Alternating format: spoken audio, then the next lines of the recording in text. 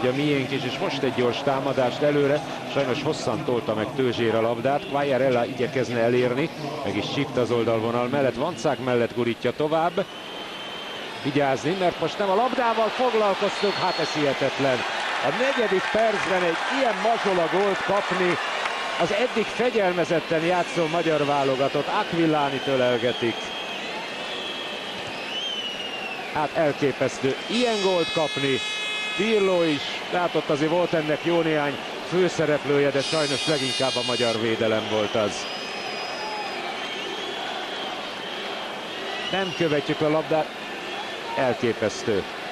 Eleve a legnagyobb hibát érzésem szerint Vas Ádám követte el, aki nem a labdával foglalkozott, hanem valami egészen mással. És itt már Fülöp-Párton hiába nyújtózik érte, ott irányt változtatott a labda. Itt lett Vas, nem is értem, mit akar csinálni. Hát valósággal az olaszok belebotlottak ebbe. Hát nagyon nagy kár, hogy az eddig lényegesen kapura veszélyesebb magyar válogatott egy ilyen góllal hátrányba kerül. Jön a szöglet. Vaskó lába előtt elcsúszott a labda. Filkor küzd érte. Filkor viszi el a labdát. Filkor adja be. Ez az, Vaskó tovább csúsztatja, hogy ez a gól! Gól, gól, gól! 61. perc.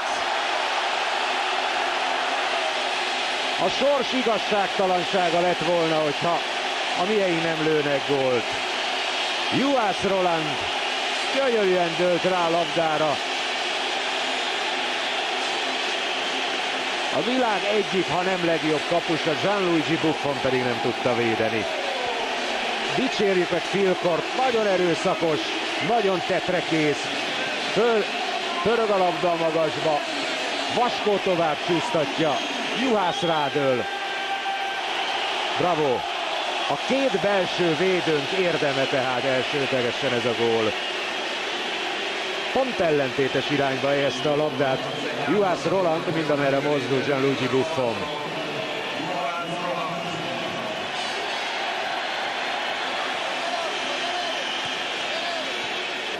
Megvan a labda.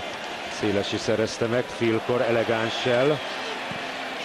Nézzük, milyen az indítás, még jónak is mondható. Bizony jó, az Priskinnek odahullott elé a labda, tökéletes passz volt. Cannavaro mellett viszi az alapvonal felé. Priskin még mindig, hát ez 11-es kell, hogy legyen.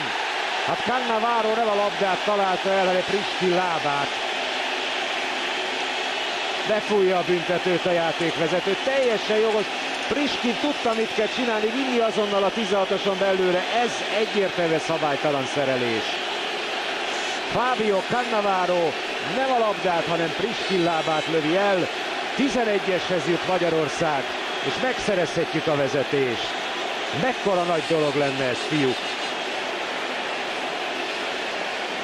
21. perc, Gera. Kitessék el mindenki, Toto González. Gera nekifut, lő, gól! 2-1-re vezetünk. Úgy, hogy fordított Magyarország, hiszen úgy kezdődött a második félidő, hogy Di Natale beveszi Fülöp-Párton kapuját, és micsoda tartás volt, és van a magyar válogatottban, hiszen előbb Juhász, most pedig Gera 11-esből megfordítja az eredményt. Előny nálunk. Buffon úgy gondolja, hogy a labda majd balra jön, a labda azonban jobbra ment. Megpattantott egy fűcsomon, de még így is jó volt Filkornak, elérte. Gera versenyfutása Cannavaróval, megvan a labda, lőd be Gerazoli, lőd be, tovább teszi, gól! Ez az! Szecsesin góljával 3-1-re vezetünk. Hihetetlen!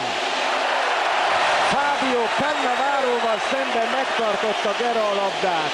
Felpattant, vezette kapura, ő is belőhette volna, de hát ott jött Szecsesin üresen.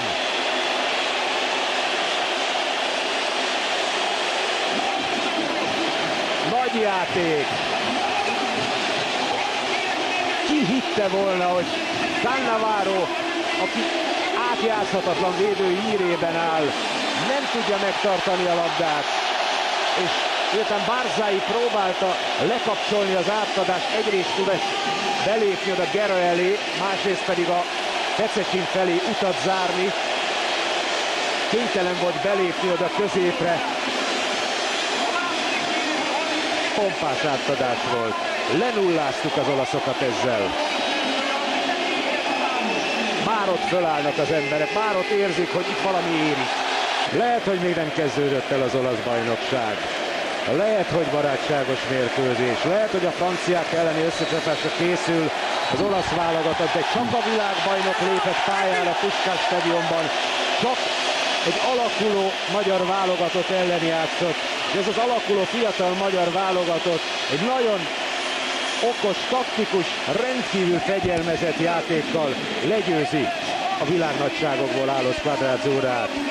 Kedves nézők, azt hiszem, hogy egy felejthetetlen este, amelyet itt átéltünk és átélünk ezekben az órákban, hiszen az elmúlt évek legnagyobb diadalát érte el a magyar válogatott.